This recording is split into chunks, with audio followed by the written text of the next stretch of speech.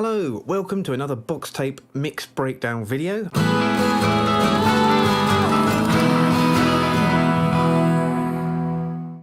I'm Kieran from Boxtape, and the song we're going to be looking at is called Only Waves. We released it just last week, so check out the video. Remind us of the sun coming up.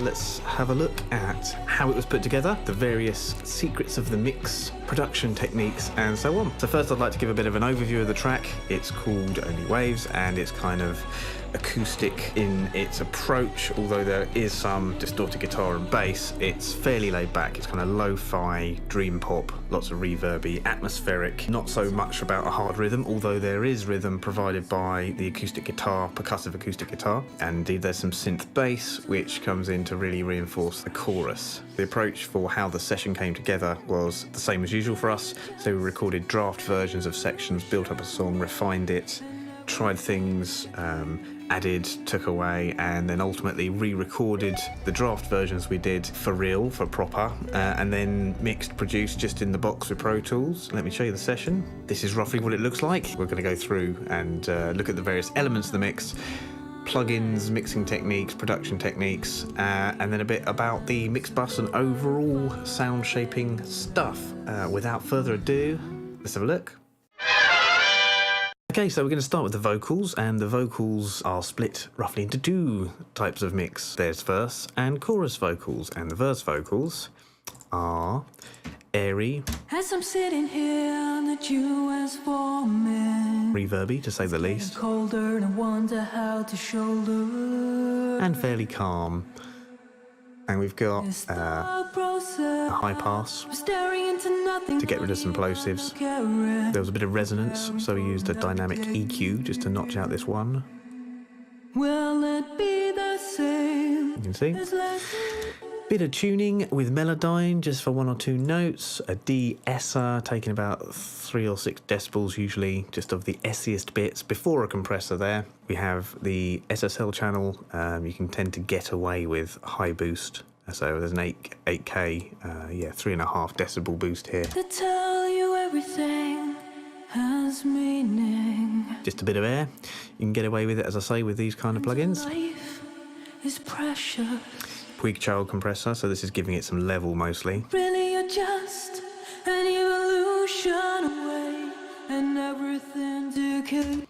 Our Vox is doing most of the work with the compression. It's also got a gate built in, which is quite nice. To tell you everything, most probably. So yeah, you can see the verses and bridges are pretty similar, very calm. And to go out and find us. And this is that lush reverb, Valhalla vintage verb as always. A million years dead. The most important control on the Valhalla vintage verb I find is the low cut. You want to bring this one up. Oh, it's cut off. You want to bring this one up to make sure you're not waffling up your mixer load. Pre-delay also important. Obviously mix and decay in this case quite high. The high shelf also is quite high, so it's very rich sounding, a lot of high end. It was a quick mix, and then the rest of the song formed around it, and we stuck with it, and that's how we got to that. Other than that, there's a bit of level automation, which is a case of obviously listening to the whole mix. I then put it on touch and find a fader, press play, and when something needs boosting, just drag it up a bit, and then touch music goes back to where it was. Blah, blah, blah. Vocal automation. The other vocal part is, of course, the chorus,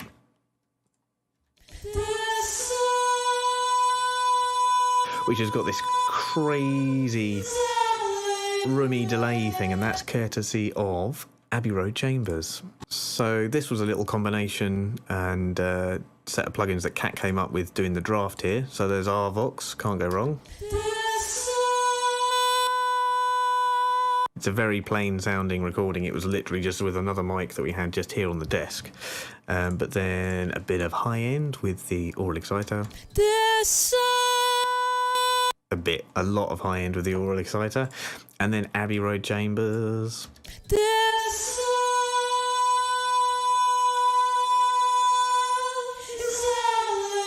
And that's really something that set the tone for the whole track. This was done very early on. In fact, first it was done with a mono version of Abbey Road Chambers, which has a very different sound actually. But then when it came to the mix in the chorus, it really needed to be wide and introducing clever new big things. So we went for the stereo version. Towards the end, there's a bit of a repeat vocal. It's worth going through. This song is only waves. And there you can also hear a hint of the harmonies. Care of myself. There's a bit of a double before going to the last chorus. It doesn't matter. Pretty cool. It doesn't matter.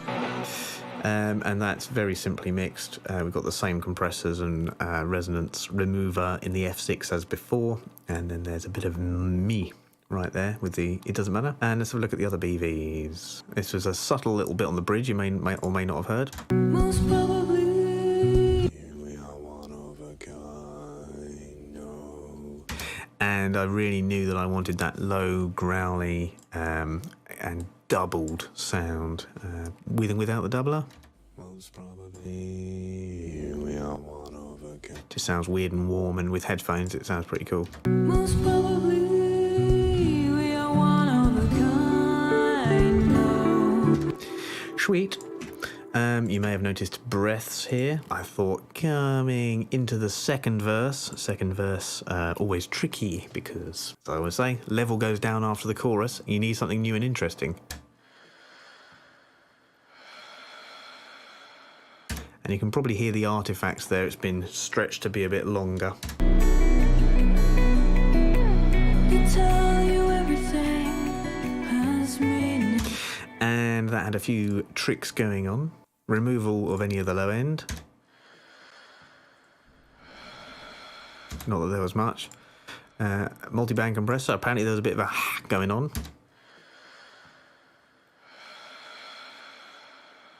Yep, not much. And then reverb to make it longer and wider. And yeah, you can still hardly hear it in the mix, but the point is you should feel it. There's a couple of other bits here which aren't strictly breaths. Little harmonies. Whisper track. Everything's okay. Cool. So we've got a problem there with freeze. A bug in Pro Tools? No way. We'll come to this track later, but I'm going to unfreeze it for now so it actually works. There you are, now it's in time.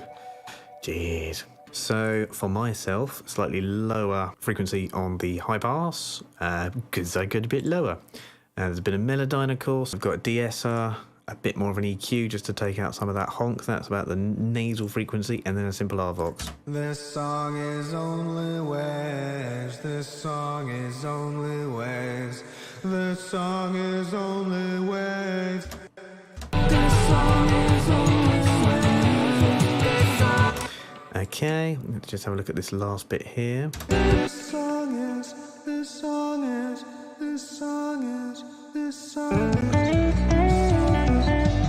And then the actual harmonies, which are very simple and very, very similar. Again, de-esser, RVox, I guess, didn't pay too much focus to the backing vocal mixing. It sounded good, so I left it there. This song is only waves. This Song is only waves. This song is only. And those two backing vocals pan left and right, of course, to give some nice sense of space. And that's the vocals. Another tricky bit for the song, i.e. in-depth and fiddly to mix, acoustic guitar. And as everyone knows, acoustic guitars are purple. So first the intro and verse sound.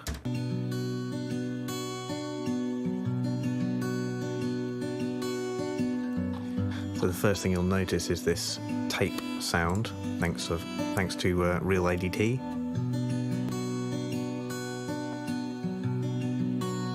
Just thought it sounded awesome.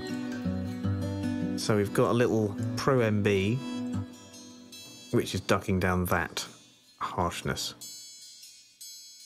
because it's difficult to have that attack sound come through consistently. So we just use that. We've got some G channel, spot of compression, bit of high end, taking out some of the low. Basically making it sound like your typical produced acoustic guitar. Then we got some lovely Valhalla vintage verb. Gives it width. Mid-side EQ. Gives it yet more width, so any stereo elements introduced by the vintage verb, we then boost, so the side it has a high shelf here. Finally, and this is pretty genius, a Pro MB to duck the sort of fundamental frequencies of the voice. Thought process, staring into nothing, not even a caring, preparing for another. Vocal has priority, so when the vocal kicks in with that kind of, 100 to 500, 600 range, it ducks it slightly from the acoustic. A really good way of blending things. And I should say these were two mics, NT5 and an M3, just aimed at various parts of the guitar. Let's have a listen to them separately.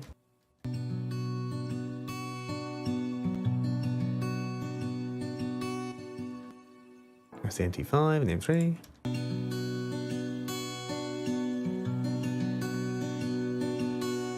And a bit of in phase, so there was a 55 sample difference between the two after recording, and in phase lines them up for you. And it seems there is a bit of pan automation going on. Effectively, the two guitars, acoustic and electric, are dancing around each other. They sort of swap occasionally. So on verse 2 here, acoustic goes left, and the electric will go right, and so on, and they sort of, do that. To make it interesting, in the chorus there's like a percussive acoustic element, but also a hammer-on, pull-off sort of thing.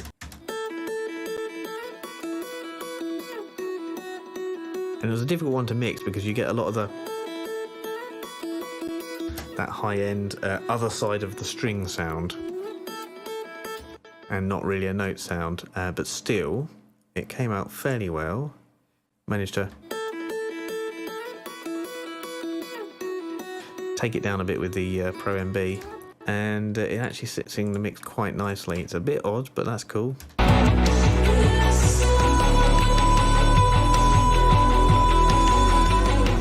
And so that's the two mics again, a little bit of that weird note taken out on one mic and then to a bus.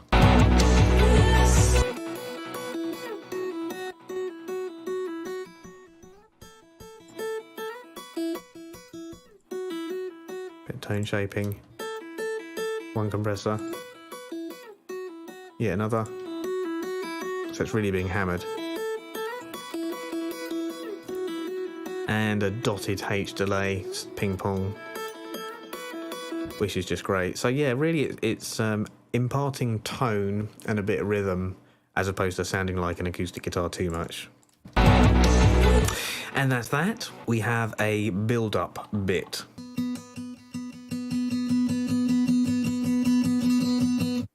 So that starts in the center and widens, and it's literally, one note repeated, and it's a build up to the chorus, so it gets wider and wider. So you've got one, and then an additional two, and then an additional two. That's got SSL channel doing the same kind of acoustic tone as before in the verse. Transient mask with a load of attack. Let's have a listen before and after.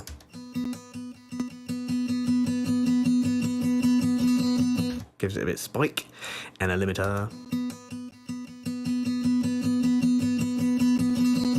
Bringing the level up safely. And there's a send with some more H delay.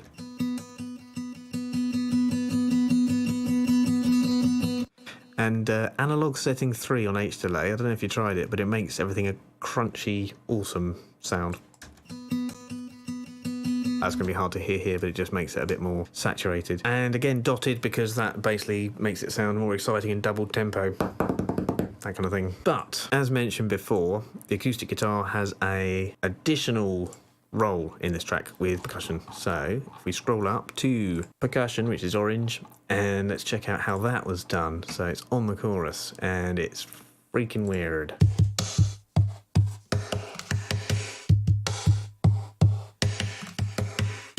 Yeah, so we actually recorded this with two NT5 Rode microphones left and right because the hits on the guitar were happening across the body. So if we just sort of hear the pan.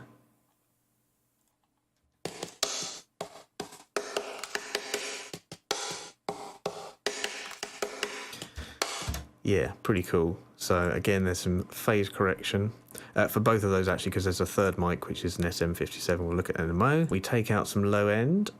Yep, the same from both. And if we take off the effects,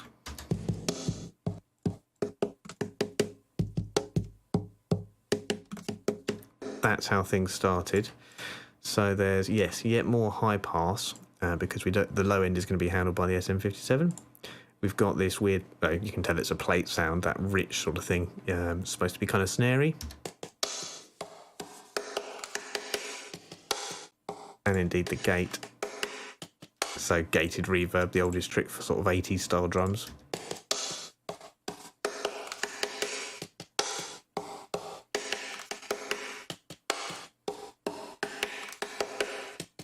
Yes, and then we bring in the SM57 as well,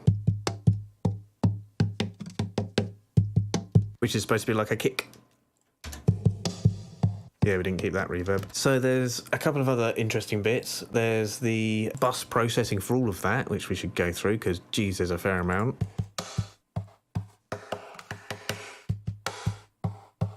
So there's this frequency being taken out.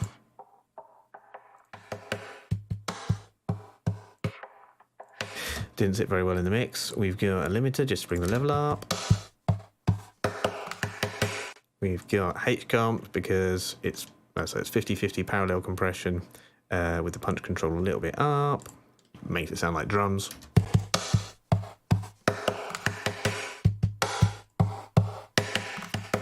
Gives it all sustain basically, especially that reverb decapitator.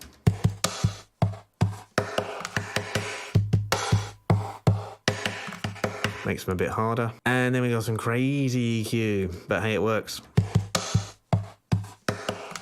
Starting to scoop the mids there. This made it sit in the mix better. This was a frequency that MacBooks really didn't like, and it sort of rang and hurt your ears. And finally, this is an effect for sweeping at the end.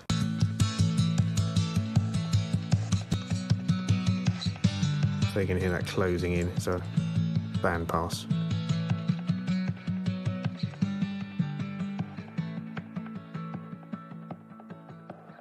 So that's the acoustic percussion, and next we should look at bringing the bass in because the bass and percussion play together very nicely. So let's get a feel for the bass first. So there's a recorded bass drop from the JDXI, and then it goes to the chorus bass.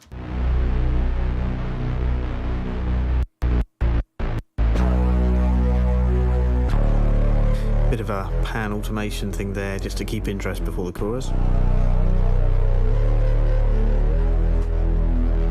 And let's have a listen to that bass sound. So it all starts with expand.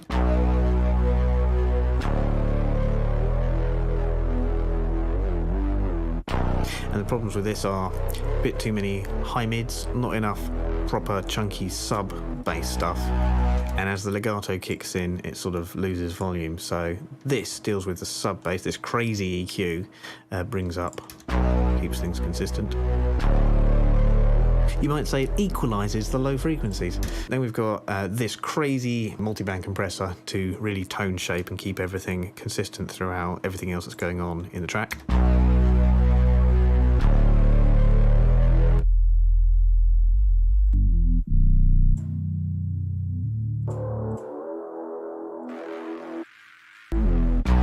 So that's a bit intense, but it's just a way of making sure all the sounds are there at the right levels, given the mix. Decapitator to spice it up a bit. Listen to this space. Ooh, too much space. Yeah. Ducking compressor, we'll see that in a sec with the percussion. And then, interesting frequency, so we'll listen to this in the context of the mix.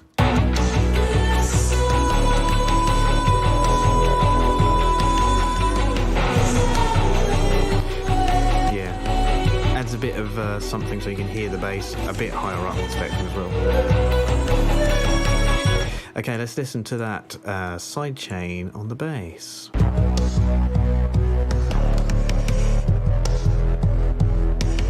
So yeah, simple ducking.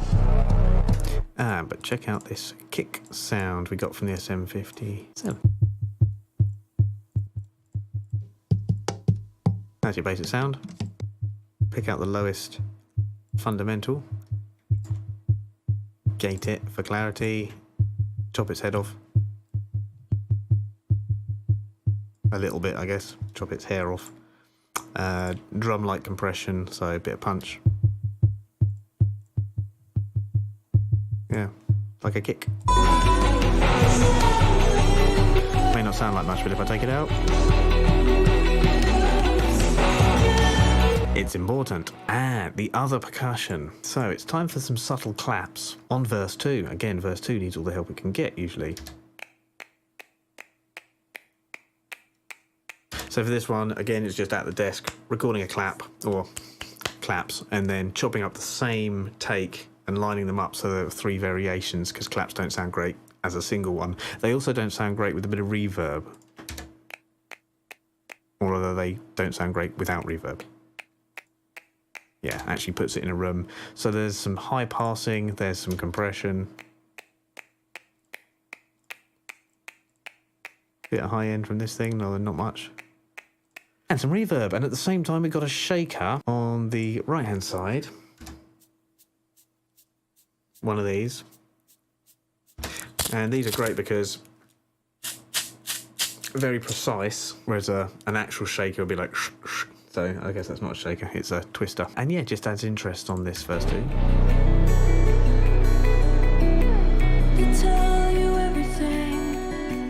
And pillow. You may have noticed a track called Pillow. So here's how you mix a pillow to sound like a subtle sort of heartbeat kick drum effect. Let's unfreeze that. Warm up your pillow first. First, lightly tap your pillow in time with the beat, I guess. Put your pillow through a gate. EQ it like a kick. Compress it to give it a bit of thwack and a bit of volume. Then throw your pillow into Abbey Road Chambers. So that makes it kind of heartbeaty. It's got a big pre-delay, and then yeah, it's quite weird. You wouldn't use it on a busy section, but it works quite well here. And then lo-fi. So this is Andy Shep's trick. Is it sounding crackly? I apologise if it's crackly. It's Abbey Road Chambers' fault using my CPU. A bit of distortion here on Air Lo-Fi adds a bit of saturation and crunch. Pillow.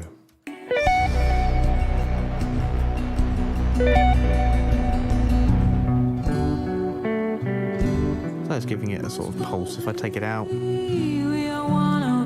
it's still fine. But this keeps things going.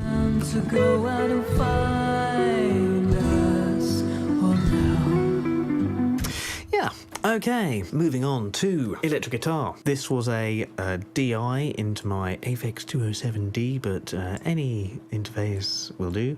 And then it was again some plug-in based stuff. So let me freeze some tracks so Pro Tools can actually keep up, and I'll walk you through electric guitar.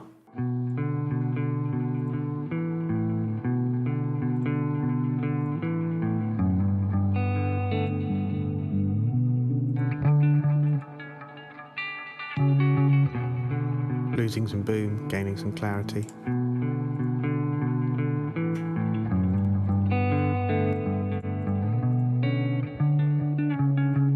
This is the main crux of it. So we've got a Fender Twin emulation, I guess, and a cabinet, bit of compression. Not really kicking in there. A tape echo, a psycha delay, ice verb, stereo tune. What a beautiful patch. And that's guitar rig.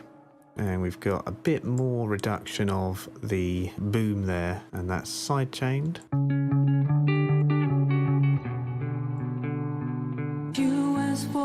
To the main vocal.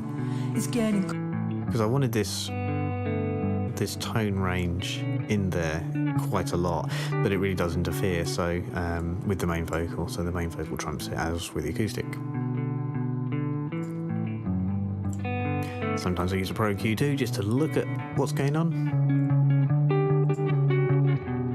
This too has a tape effect, but it's the Kramer tape and it's really for this flutter.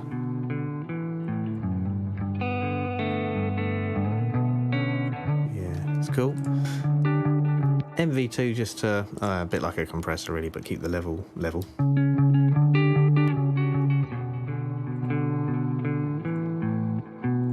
This is used to pan it later on. There's a bit of automation towards the end. And H delay. Yeah, cool. There's another effect with the clean guitar. So it's just a little sweep of the guitar, obviously.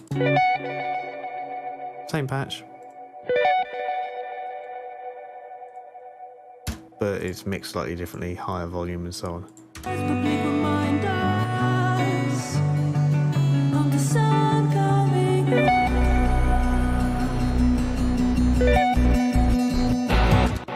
Cool. Verse 2 is taking on the same hammer-on pull-off bit the acoustic was doing earlier.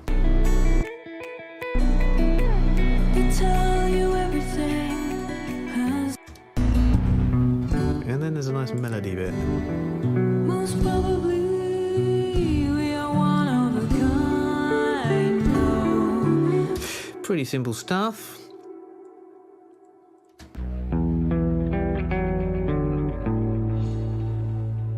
Okay, so there's one main sound and then there's this stereo effect that's doubled. Main sound first. Oodles of delay again.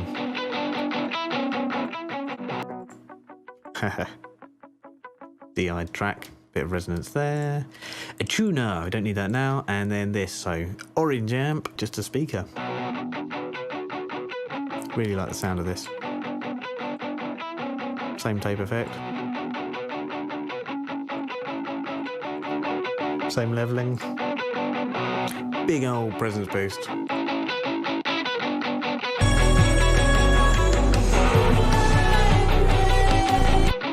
Really makes the sound of it in the mix as a whole. Imager, so this is for panning again later. And the same sort of writhing rhythmic bit from the H delay. And you might have guessed, on the da-da-da bit, the beginning of the riff, there's exactly the same thing, double tracked or triple tracked, I guess, left and right. With even more H delay. Does this track need more H delay?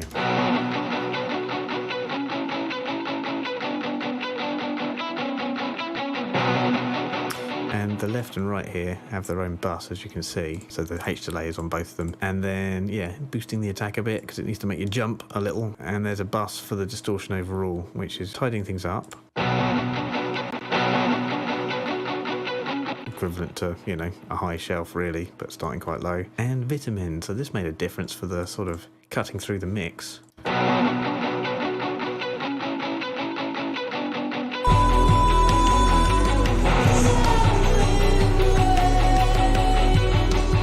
Yeah, kind of happy with how that sits in there. And then there's another section at the end, which is pretty plain. It doesn't have the left and right throw bit.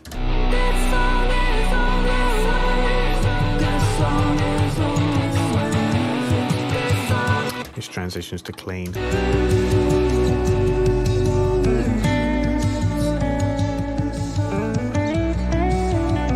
Yeah, I wanted to share a breakdown of this one because I thought it really came together quite nicely.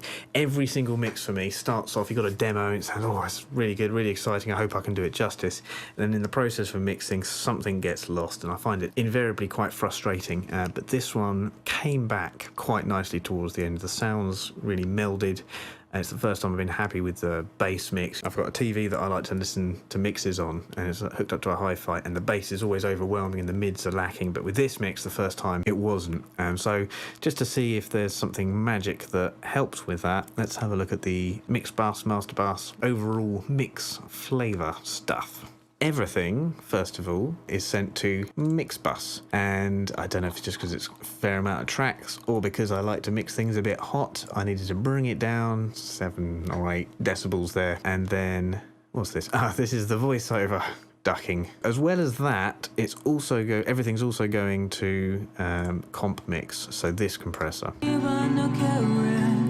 So let me turn off all this processing first. So this is just the output of all the tracks we've seen.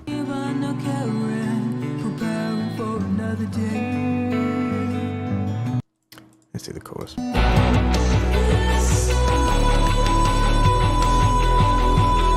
So let's have a listen to just the mix going through the compression.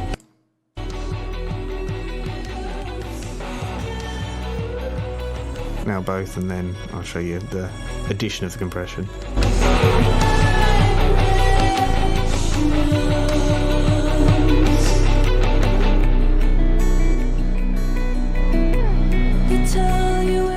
So it's kind of louder, but it's louder in a more toneful, supporting way, the best way I can think of putting it. So both of those go in parallel into the master bus, and again there's some level reduction here.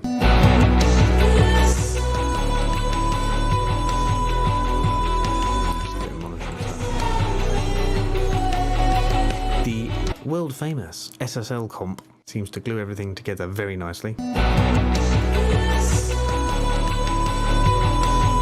Although it's doing very little here, it's doing so much. And an overall vitamin shaping, which can be good to sort of just make things well-rounded, and especially good for getting things sounding similar to reference mixes, I find.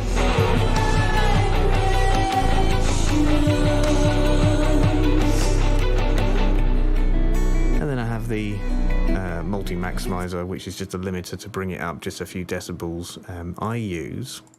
I use this to just see what's going on, see if there's any extra low, extra high information or resonance.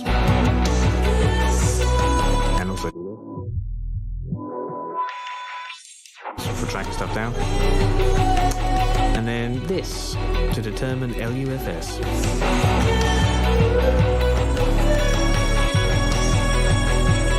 So I'll adjust my output limiter to get that to about -14, which is apparently what YouTube's going to normalise you to anyway. So there you have it. There you have it indeed. So that was Only Waves, which was, as I say, pretty good to mix. It came together very nicely in the end. Please do let me know if there's something I could have done better or something you're smacking your hand against your forehead for. I'd love to learn. I'm sharing such that I can learn, so let me know. And yes, if there's anything else I can go into in more detail, other tracks I can break down, leave a comment, please. Thanks very much for watching this video. Hope you enjoyed it. Please do check out the rest of the Boxtape channel. We're working really hard to grow the channel, and we're putting videos out every week at the moment, as much as we can, just because isn't it awesome fun to share interesting things about music. So that in mind, thanks again, check out the channel, leave a comment, leave a like, and I'll see you next time. Thanks.